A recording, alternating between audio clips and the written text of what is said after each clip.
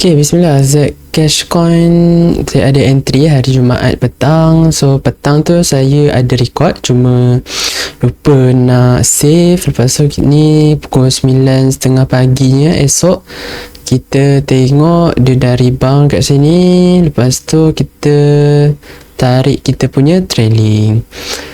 Okay, ni saya tengah bermain-main. Kenapa tak boleh set tarik-tarik je kan? So kena manual set balik kita punya stop limit. Okay, ni pukul 9.30. Dia dah nampak tak ada sideway kan kat sini, tapi kita masih hold.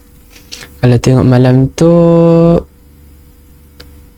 dia pun pull back, cuma tak kena kita punya stop loss lah. So malam pukul 2 pagi dia terus spike, dan sekarang kita tunggu adakah belum BE pun.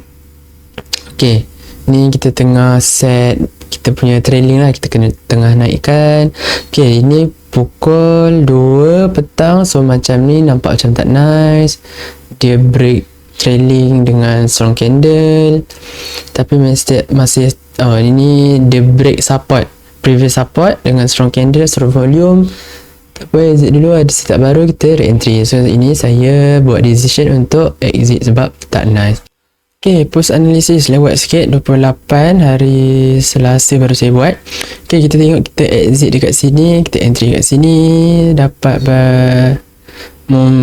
tak dapat profit sangat, mungkin break even kat sini. Lepas tu kita tengok, lepas tu dia sideway.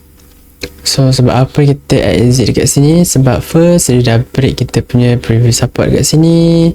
Lepas tu ada volume strong, dia break, lepas tu kita exit. Kat sini pun sebelum tu dia ada sideway kan. So dia spike pukul 2 pagi, dia sideway lama, nampak macam tak ada momentum. Dia try dekat sini untuk break this resistance, tapi tak berjaya, dan dia break kita punya low. Okay, itu contoh Zcash Coin. Wallahualam.